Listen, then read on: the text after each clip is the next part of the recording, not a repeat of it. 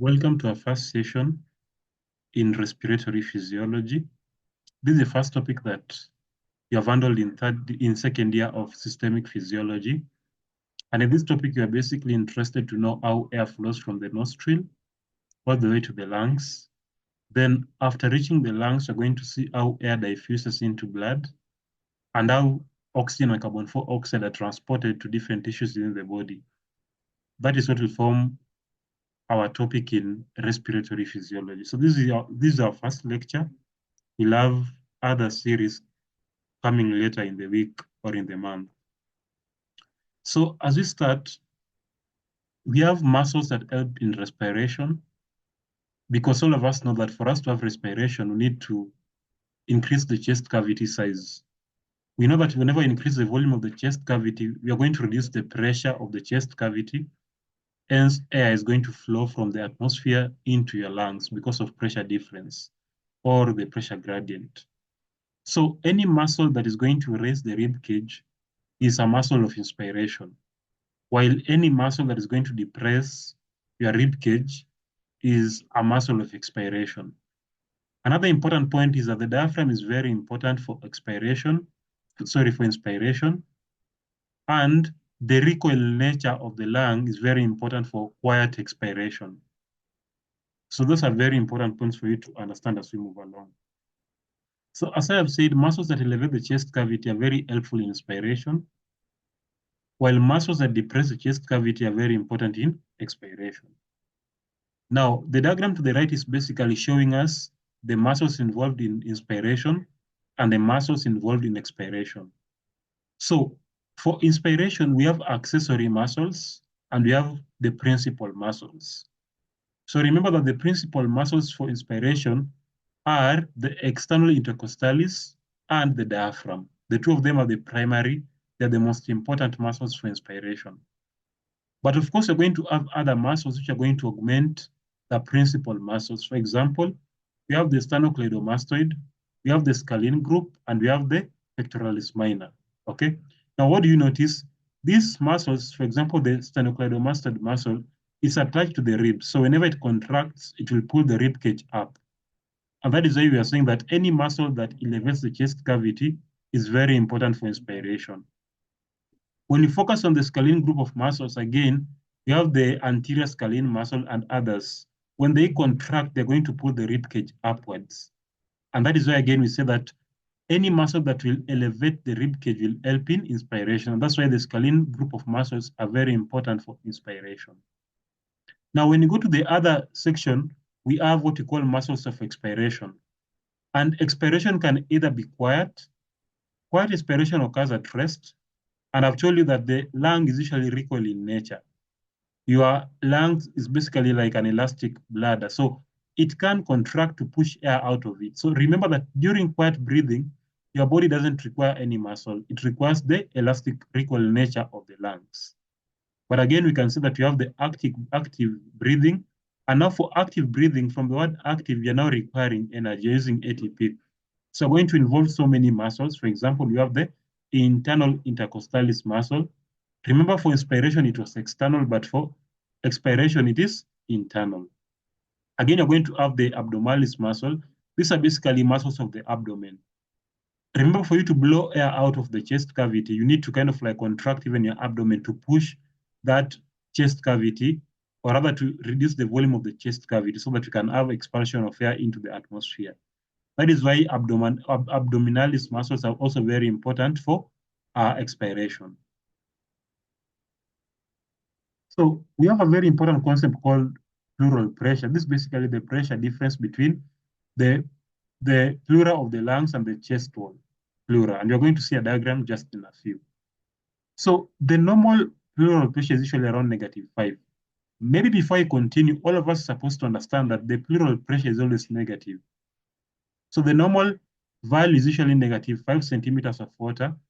But when you're taking inspiration, when you're taking in air, it can go to even -7 or -7.5 centimeters of water. In short, the more the negative this pressure is, the higher the compliancy of the lung. So alveolar pressure, on the other hand, is the pressure found inside the lungs. And transpulmonary pressure will be the difference between the alveolar and the pleural pressures. That is how we calculate the transpulmonary pressure. I want you guys to look at the diagram to the right. We can see that here we have our lungs, we have the alveoli. So the alveolar pressure is the pressure inside the lung alveolar. That is what we call the alveolar pressure. While the pleural pressure is the pressure between the covering of the lung, what you call the lung pleura, and the chest wall pleura. The pressure in between the two of them is what you call the pleural pressure. Take home message, this pressure is always negative in value, around -5 centimeters of water. But during inspiration, it can even skyrocket to a value of -7.5 centimeters of water. So we go to compliance of the lung. Basically, it describes the distensibility of the lung. We know that the lung is basically an elastic tissue. That is what defines the compliance of the lung. So the transmural pressure is the alveolar pressure minus the intrapleural pressure. That is the transmural pressure. And you need to understand that there's a difference between the alveolar pressure and the intrapleural pressure. So when the pressure outside the lung is negative, the lungs will expand and the volume will increase.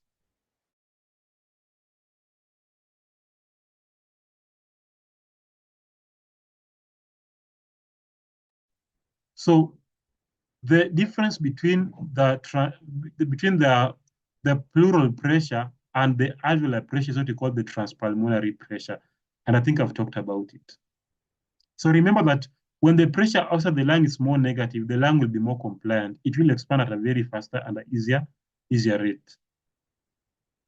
So when, on the other hand, when the pressure outside the lung is positive, you're going to have collapsing of the lung. Okay? Yeah. So we're going to talk about surface tension in a few, and we're going to understand how surface tension can influence the compliance of the lungs. So compliance of the lungs can be taken in two forms. You have inspiration. When you're taking in air, of course, your lung is going to expand because it's an elastic tissue. So this is what we call inspiration. Expiration, on the other hand, is the blowing out of air. This is a blowing out of air. So the difference between expiration and inspiration is what we call hysteresis. The difference between expiration and inspiration is what we call hysteresis. So we go to surface tension. From physics, you know that surface tension is the attractive force between liquid molecules. Remember, your alveolar is lined with moisture. It is moist in nature, so it has some liquid particles on it. And by virtue of it having a liquid layer on it, then it is very important for us to discuss surface tension as far as the alveolus is concerned. So here we are going to talk about a very important law called the law of Laplace. And this law says that pressure is directly proportional to the surface tension, but inversely proportional to the radius. What do we mean? When we have a very high surface tension, you're going to have a very high pressure. And again, when you have a very low radius, you're going to have a very high pressure. You can see from the formula. So remember, this pressure you're talking about here is the collapsing pressure of the alveolus. This pressure is what is going to collapse the alveolus. While this tension is the surface tension, and the R is the radius of the alveolus. So I want you guys to focus on the diagram to the right. We can see that we have three alveoli. We have the large alveolus, we have the small alveolus, and we have the small alveolus with surfactant. These two here don't have surfactant, but the final diagram here, we can see that you have surfactant. So when you look at the law of Laplace, the pressure in the large alveolus will be much lower compared to the small alveolus. Why? Because we say that the collapsing pressure is inversely proportional to the radius. From this formula, if the radius is large, the pressure will be much lower, so the collapsing pressure will be lower. That is the concept. Focus on the small alveolus. We've said that from Laplace, pressure is equal to 2T over R, where T is the surface tension, while R is the radius of the alveoli. So because this alveoli is very small, the radius here will be very small. So the value of P will be very high because the radius is small. They're inversely proportional. And that is why whenever we have a small alveoli, then the pressure, the collapsing pressure tends to be very, very high. So collapsing of alveoli is very common with small alveolus, but not large alveoli. Now, I want you to compare the second diagram and the third diagram. In the third diagram, you have the small alveolus with surfactant. You're going to discuss surfactant in a few, and you're going to understand how surfactant can break surface tension. Now I want you guys to be very keen. We've said that pressure is equals to 2T over R, meaning that whenever the surface tension is very high, the collapsing pressure will be very high. While when the surface tension is very low, the collapsing pressure will be very low. Now, the function of this surfactant here is basically to break down surface tension. Surfactant usually works like a detergent. It breaks down surface tension. So whenever it breaks down surface tension, then the value of T will be very much low. So when you calculate the value of collapsing pressure, it will be very low. 2T over R. In case I have surfactant, the value of T will be very low, hence the value of T is going to be very low. That is how surfactant helps to prevent collapsing pressure. Because remember, when the value of T is very high, the value of collapsing pressure will be very high. But you don't want that to occur in your lungs. So you need to add surfactant to break the surface tension. Now we talk about surfactant. Now, first of all, surfactant usually lines the inner surface of the alveoli because the inner surface of the alveoli has moisture, and moisture is basically water. We know that water has surface tension, hence, because of the surface tension, you can have collapsing of the alveoli due to collapsing pressure. And that is why the lungs must have surfactant. So what is the function of this surfactant? This surfactant here usually reduces surface tension. And how does it do that? By lowering the intermolecular forces between the liquid molecules. Now, I want you guys to know that surfactant usually contains a compound called dipalmitol phosphatidylcholine. This compound here is the most important molecule that is found in surfactant. However, we can also have others like calcium ion. Okay? Now, we have a very important condition called neonatal respiratory distress syndrome, also called the hyaline membrane syndrome. Usually occurs in children. When a child has been born, especially if the child is a preterm baby, then they usually lack surfactant. Remember, surfactant is produced by the pneumocyte type 2 cells found in your lungs.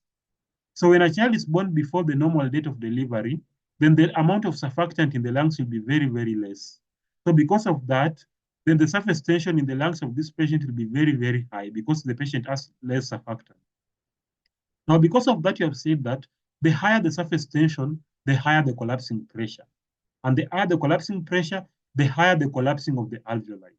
So in neonatal respiratory distress syndrome, because of the lack of surfactant, you're going to have a very high surface tension, hence the child will have atelectasis. Atelectasis is the collapsing of the lungs, of the alveoli. Why are they collapsing? They're collapsing because they have a very high surface tension in the alveolus, because you have less surfactant. So we go to the volumes and pressures during breathing cycle. So here we have inspiration and we have expiration. You've talked about the intrapleural pressure and the alveolar pressure. You've said the intrapleural pressure is usually around -5 in a normal setup, usually around -5, okay? Now, when you start inspiring, taking in air into your lungs, it will be more negative. That is why in the second curve here, you can see that initially it was around -3 or -5, but when you are inspiring, it becomes more negative. The reason why it is becoming more negative is so that we can have a more negative pressure to make the lung to be more compliant. In the upper panel, you can see that when the intrapleural pressure goes down, the volume of air goes up because air is entering the lungs. In short, a reduction in the intrapleural pressure implies inspiration, and inspiration is the intake of air into the lungs. Now, what do you notice about the alveolar pressure? Initially, the alveolar pressure was 0. It was equal to the atmospheric pressure at 0. But once you start taking in air, it reduces. It reduces. Why? Because air is now occupying your lungs. So the alveolar pressure will actually reduce during inspiration. But during expiration, you're going to have the reverse of what you have discussed in the first column. I hope that is well understood. So quickly, let's go to the spirometry. So the spirometry is basically used to know the lung volumes. We have different types of lung volumes. You have number one, the tidal volume. The tidal volume is the amount of air taken in and out of the lungs in a normal breath. Usually it's around 500 ml of air. So that amount of air that you take in and out during a normal breathing is what we call a tidal volume. Then you have something called the inspiratory reserve volume. In as much as you're taking in 500 ml of air per breath, you can actually take a deep inspiration. That deep inspiration usually is due to the intake of inspiratory reserve volume. So know that we have inspiratory reserve volume and again, you have the tidal volume. So remember, when you take inspiratory reserve volume plus tidal volume, we form what we call an inspiratory capacity. In short, a capacity is a summation of a volume of one, two, or more volumes. So inspiratory capacity is the summation of inspiratory reserve volume and the tidal volume. Why? Because in the tidal volume, you're taking in 500 ml of air. So we need to actually add it to find the total inspiratory capacity. Now, all of us know that because you have inspiratory reserve volume, again, you can have expiratory reserve volume. Expiratory reserve volume is the volume of air that is taken out during a forced exhalation. Now, we have what we call vital capacity, and I've told you guys that vital capacity is a summation of two or more volumes. So for you to calculate the vital capacity, you're going to take the summation of expiratory reserve volume, tidal volume, and inspiratory reserve volume. When you summate the three of them, you're going to find the vital capacity. Now, we have something called residual volume. It is common sense that even though you're breathing in and out, or even though you can take a deep breath and expire also forcefully, there's some amount of air in your lungs that will never be exchanged to the atmosphere. That is what we call residual volume. A residue from chemistry means the remnant. In lungs, the residual volume is the remnant air that remains in the lung after breathing out forcefully. In short, the residual volume doesn't undergo gaseous exchange. That's why we call it residual from the word residue. Now, you have another important term called functional residual capacity. And functional residual capacity is a summation of the expiratory reserve volume and the residual volume. The two of them, when they're summated, they form the functional residual capacity. Remember, the spirometry cannot be used to determine the residual volume. I repeat, the spirometry cannot be used to determine the residual volume. Why? Because spirometry always works on the principle of gaseous exchange. The spirometer will only measure the volume of air that can be exchanged in and out of the lung. But remember, the residual volume is never exchanged in and out of the lung. So that's why the spirometry can never be used to measure the residual volume. Later on, you're going to talk about the helium dilution method and the nitrogen wash experiment, and you're going to understand how they can be used to determine the residual volume. The diagram to the right is basically showing you the different volumes. You said that the tidal volume is always around 500 ml for men, for women 400 ml. You can just go through this table and see the difference between the volumes of this spirometry. We go to the dead space. The dead space is the volume of air that is taken into the lung that doesn't undergo gaseous exchange. You see, a normal person will take 500 ml of oxygen, but not all of it will be used for gaseous exchange. So imagine this one is your trachea, and down here we have your lungs, we have your bronchus, and here we have your lungs. So a normal person will take 500 ml of air. Of course, this is the tidal volume. Now, as this air is filling the rest tract, not all of it will reach the alveoli. Some of them will remain in the trachea. Some of them will remain in the bronchus. Some of them will even remain in the bronchial. Some of them will go to the alveoli. Now, the air found in the trachea, the bronchus, and the bronchial doesn't undergo gaseous exchange. All of us know that for us to have gaseous exchange, then we need to have the alveoli somewhere, or the terminal bronchial, the respiratory bronchial. Then it implies that for any person, the trachea, the bronchus, and the bronchial will harbor some air, which forms what we call the dead space. So we have three types of dead space. We have the anatomical dead space, we have the physiological dead space, and we have the alveolar dead space. From the word anatomical, we have the anatomy. So anatomical dead space is the volume of air that fills the anatomical spaces within the respiratory. For example, the trachea, the bronchus, and the bronchial are anatomical spaces.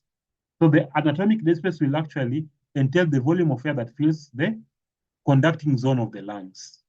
What about the alveolar dead space? Guys, it's common knowledge that even after air reaching the alveoli, this is your alveoli, it is filled by air. Here we have the capillary, right? All of us know that air must diffuse from the alveoli to the capillary, right? But it is common knowledge that not all the air will diffuse from the alveolar cavity to the blood. Some of the air won't be exchanged. That is what forms the alveolar dead space. So the alveolar dead space is the volume of air in the alveoli that doesn't undergo gaseous exchange. So friends, when you take anatomical dead space plus alveolar dead space, you form what you call physiological dead space. So physiological dead space is the summation of anatomical dead space and alveolar dead space. We continue. So I've described to you guys what is anatomical dead space, and I just want to also talk about it again. So you can see that this one is the normal rest tract. You are taking in air. This air will come and fill the trachea, the bronchus, and the bronchiole. That is what forms the anatomical dead space. The anatomical dead space is the volume of air in the conducting air zones of the lung. Another important point to notice is that the normal value for anatomical dead space is usually 500 ml of air. This is a very common examination point. The normal volume of air is usually 150 ml of air for anatomical dead space. Let us continue. What about for alveolar dead space? I've told you alveolar dead space is the volume of air in the alveolus that doesn't undergo gaseous exchange. So here we have your alveolus, and you can see it is filled with air. And this oxygen is diffusing into blood, while carbon dioxide is diffusing into the alveolar cavity. Remember, not all the oxygen will diffuse into the capillary. The amount of oxygen or air that doesn't diffuse into blood is what forms alveolar dead space. So alveolar dead space is usually a normal occurrence, though physiologically we assume it to be zero. But it can never be zero for a normal man. But physiologically, a physiological man is supposed to have a zero alveolar dead space. So we continue. Now, when I summate the two of them, when I take anatomical dead space plus alveolar dead space, I form what we call physiological dead space. So physiological dead space is usually anatomical dead space plus alveolar dead space. Remember, in a physiological man who is normal and healthy, the alveolar dead space is usually taken to be zero. In a normal physiological man, the alveolar dead space is usually taken to be zero. So what do I mean? In a normal physiological man, anatomical dead space is equals to physiological dead space because you assume the alveolar dead space is equals to zero. We go to ventilation rate. So the word rate is basically measured per minute. So we have two types of ventilation rates. You have the minute ventilation rate, and you have the alveolar minute ventilation rate. So in any case, you're doing an exam and they tell you to calculate the minute ventilation rate, then what you're going to do, you're going to take the tidal volume multiplied by the number of breaths. So we know the tidal volume is usually 500 ml of air, and the breathing rate is usually around 12 to 20 breaths per minute. So when you've been told to calculate the minute ventilation, you're going to take tidal volume, which is 500 by 12 to 20, depending on the value they give in that exam. You're going to find your minute ventilation. Now, many people usually confuse alveolar minute ventilation and minute ventilation. I just want to explain it so that you guys can get it clearly. So imagine this one here is your alveolus. Now, this one is your rest tract. As you guys can see, here we have your lungs. This one is your trachea, this one is your bronchus, and here we have the alveoli, right? So when you're taking in 500 ml of air into the lungs, 500, which is the tidal volume, all of us know that you have the anatomical dead space, which is around 150. What does it mean? It means that not every air enters the alveoli. Of course, you're taking in 500 ml of air, but 150 doesn't reach the alveoli. So whenever you've been told to calculate the alveolar ventilation, they are telling you calculate the amount of air that reaches the alveoli per minute. And all of us know that even though you're taking in 500 ml of air into your lungs, 150 will not reach the alveolus because it will form the anatomical dead space. So how do we calculate alveolar ventilation? You take tidal volume 500 minus anatomical dead space, which is 150, you multiply by the number of breaths. So alveolar ventilation is usually calculated by multiplying the volume of air that reaches the alveolus by the breathing rate. And I've told you that because you have 150 anatomical dead space, only 350 ml of air will reach the alveolus. So you'll take 350 by 12. I want us to do a quick question. So calculate the alveolar minute ventilation of a patient with 20 breaths per minute, tidal volume of 500 ml, and anatomical dead space of 150 ml. So first of all, we need to find the amount of air entering the alveolus. So let me sketch it quickly. Here we have our trachea, we have our bronchus, and here we have our lungs. You take in 500 ml of air. Of course, this is the tidal volume, 500.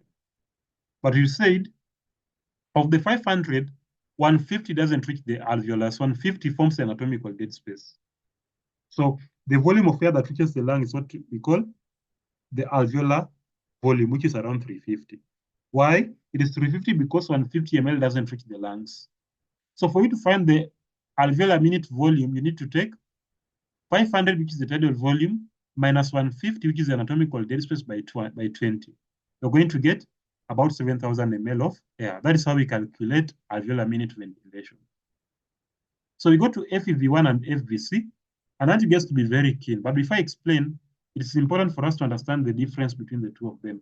FEV1 is the forced expiratory volume in 1 second. This one is for 1 second, while FVC is the forced vital capacity. Okay? So imagine you have taken a deep breath. You guys have done respiratory practical. You're breathing normally, then you take a deep breath. Up to a point where you cannot take another deep breath anymore. Then you forcefully expire. So when you forcefully expire, we have something called FEV1, forced expiratory volume in 1 second. What does it mean? It means that you're going to calculate or determine the volume of air that you're going to excrete, or rather expire, in 1 second. So imagine you are at this particular point X and you forcefully expire out. The volume of air that you expire in 1 second is what we call the FEV1. You can look at it here. This is what we call the FEV1.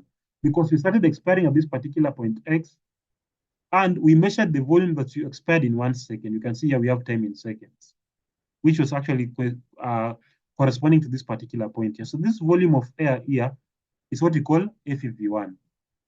Now, the forced vital capacity is the amount of air that you can take into your lungs. That is what we call the forced vital capacity. So before we even make bold steps, it's very important for us to focus down here. You need to know that the normal FEV1 over FVC ratio is 0.8 or 80%. Let me repeat. The normal FEV1 over FVC ratio is around 80%. And we're going to see how different lung conditions can affect this particular ratio. So we go to asthma and fibrosis. I'll explain this one as we move along, so don't worry. So in asthma is an obstructive lung disease. Before I continue, we have two types of complications. You have obstructive lung disease and you have restrictive lung disease. Obstructive lung disease occurs when you have restriction of intake or expiration of air. Imagine I've blocked your trachea or I've blocked your bronchus. You'll actually have difficulties taking in and taking out air. That's what we call obstructive lung disease. We have two types of obstructive lung disease. We have asthma and we have COPD. Okay? We have asthma and we have COPD. Don't forget the two of them. So what usually happens in asthma is that both the FVC ratio and both the FVC and the FEV1 are reduced. All of them are reduced. All of them are reduced. But the FEV1 is reduced more. I want you guys to understand this concept, that in asthma or in obstructive lung disease, both the forced expiratory volume in 1 second and the FVC, which is the forced vital capacity, all of them are reduced. But the FEV1 is reduced more than the FVC. Okay? That's a very important point for you guys to understand. So imagine I'm calculating the FEV1 over the FVC ratio. I've told you that it is FEV1 over FVC, of which FEV1 is forced expiratory volume in 1 second, FVC is forced vital capacity. So for any obstructive lung disease, FEV1 over FVC in a normal person is supposed to be 80%, right? 80% or 0.8. But in case a patient has obstructive lung disease, this ratio will be less than 80%. It will be less than 80%. Why? Because FEV1 is reducing more than FVC. So the numerator will become much more smaller than the denominator. So the ratio will be less than 80%. So in asthma, this ratio here is usually less than 80%. I hope you guys have seen that concept. This is basically a curve trying to show you that both FEVC and FEV1 have reduced, but FEV1 has reduced more than FVC. So the ratio is going to be less than 80%. We continue. So COPD is another obstructive lung disease. I want to go through it because you guys know now the physiology behind FEV1 over FVC. So we have both FVC reducing and again FEV1 reducing, but FEV1 reduces more than FVC. That's why the ratio is going to reduce. So again, for chronic obstructive lung disease, the FEV1 over the FVC ratio is usually less than 80% or 0.8. Okay, we now go to fibrosis. Fibrosis is where the lung is becoming less compliant because it's becoming fibrotic. We basically have deposition of collagens in the lungs, making it to be more fibrotic. And all of us know that if a lung is more fibrotic, it won't be compliant. Remember, we said the lung is an elastic organ in your body. So if the lung becomes more fibrotic, then it is not elastic. So because it is not elastic, if I tell a patient to take in air into the lungs, it won't fill the lungs much efficiently compared to if the patient was normal. That is why we say that in fibrosis, again, both FEV1 and FVC are reduced. Both of them are reduced, but FVC is much reduced than FEV1. The reason why it is much reduced is because the lung is fibrotic, so it cannot comply, it cannot expand to accommodate more air. So because it can't comply, then the FVC will be much more less. So guys, if I take FEV1 over FVC, right? And FVC is reducing more than FEV1. Now the denominator will be much more larger than the denominator. So this ratio will be greater than 80%. So remember, in restrictive lung disease like fibrosis, the FEV1 over the FVC ratio is usually larger than 80%, which is the normal value. The diagram that we have to our right is basically demonstrating that both FEV1 and FVC are being reduced, but the FVC is being reduced more compared to the FEV1, taking into the account that FEV1 is usually very large compared to FEV1. FVC is usually very large compared to FEV1. So as a summary, this is what usually occurs in different conditions. We have asthma, COPD, and fibrosis. Remember, asthma and COPD are obstructive lung disease. The two of them are obstructive lung disease, while fibrosis is restrictive lung disease. So in all these conditions, FEV1 and FVC are reduced. As you can see, the arrows are pointing down. But in obstructive lung disease, the FEV1 usually reduces more than the FVC. That's why here we have two arrows pointing down. So when you calculate the FEV1 over the FVC ratio, it's going to be much lower compared to the normal value, both for asthma and COPD. For fibrosis, the lung is becoming more fibrotic, hence it is becoming less compliant. Now, when that happens, both the FEV1 and the FVC are going to reduce, but because the lung is fibrotic, it is less compliant, then the FVC will reduce more than the FEV1, so the ratio will be high. It will be above normal. Usually it's above normal, but again, it can be the normal value.